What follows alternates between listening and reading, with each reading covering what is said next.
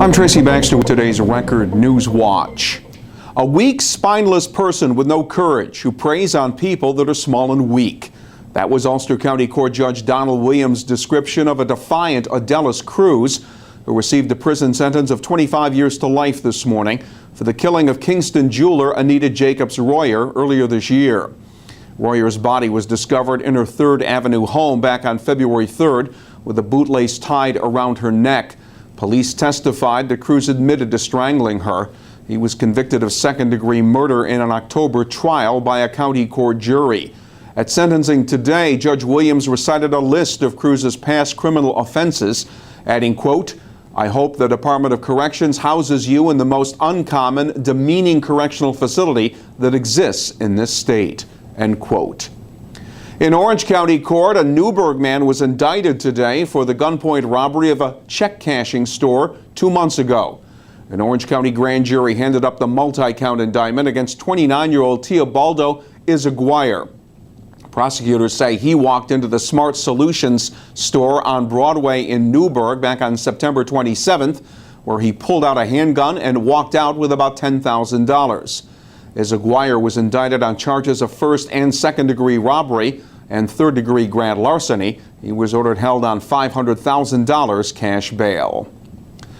He didn't provide much in the way of details during his visit to Bethel Center for the Arts Wednesday, but Governor Andrew Cuomo did call voter approval of the casino gambling referendum a game changer that will create thousands of jobs upstate and trigger business growth and increase tourism.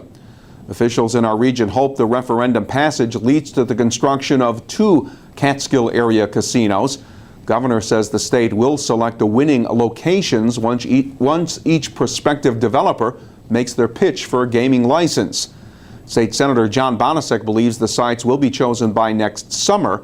Governor told his Bethel Woods audience that statewide casinos will create more than 10,000 short and long-term jobs, $100 million in investments, and bring thousands of visitors to the state's upstate regions.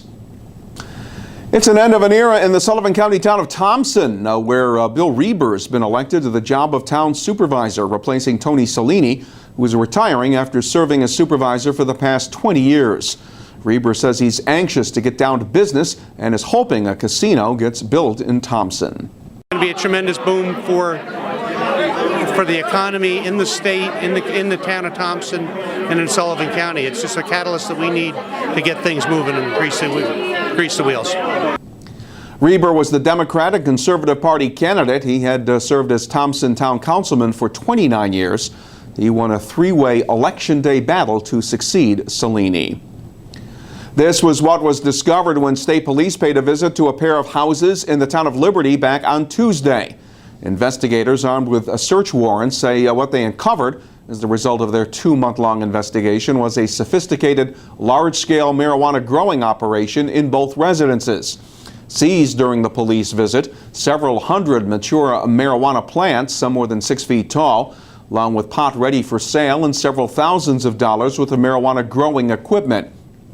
The man they've tied to the grow business, 55-year-old Edgar Ramirez of Parksville, has been arrested on felony charges of first-degree marijuana possession and tampering with physical evidence. It's an issue that has sparked recent protests in Cornwall. Now a pair of local lawmakers have scheduled a public forum as part of their effort to get St. Luke's Cornwall Hospital officials to reverse course and keep the Cornwall Hospital emergency room open 24 hours a day. Assemblyman James Skoufis and Senator Bill Larkin will hold the forum next Tuesday night at 7 at Cornwall Middle School to talk about the hospital's plan to reduce costs by closing the Cornwall emergency room during overnight hours. In seeking permission from the state health department, St. Luke's officials say the emergency room at the Cornwall campus draws few patients during the 10 p.m. to 10 a.m. time period, and that patients could be adequately served at their Newburgh facility during that 12-hour stretch. Community members say the overnight closing poses a potential life-threatening hardship. Port Jervis High School students may have a better idea of what colleges they'd be interested in attending after they attended the district's annual College and Career Fair.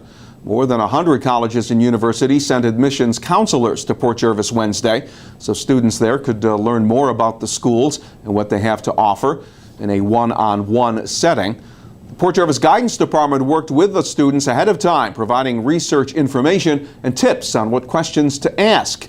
And they say it's never too early for high schoolers to think seriously about a college choice.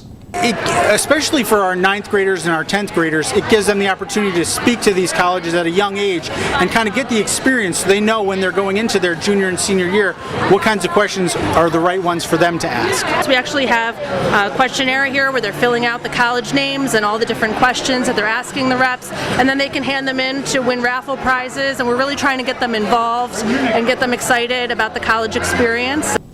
Guidance counselors say it's important to try to give students an edge since it's getting tougher to get into some colleges because of an increase in applications. And the college fair offered another benefit. Students and parents could get detailed information about specific colleges without the burden of extensive travel and lodging. And a restored vintage car will be prominently displayed at the upcoming Veterans Day Parade in New York City, thanks to the efforts of 12 students in the Sullivan BOCES auto body and vehicle maintenance classes. For the past 7 weeks, the students have been restoring the 1984 Chevy Corvette that had been donated to the War Memorial Museum in Parksville by the wife of a Korean War veteran.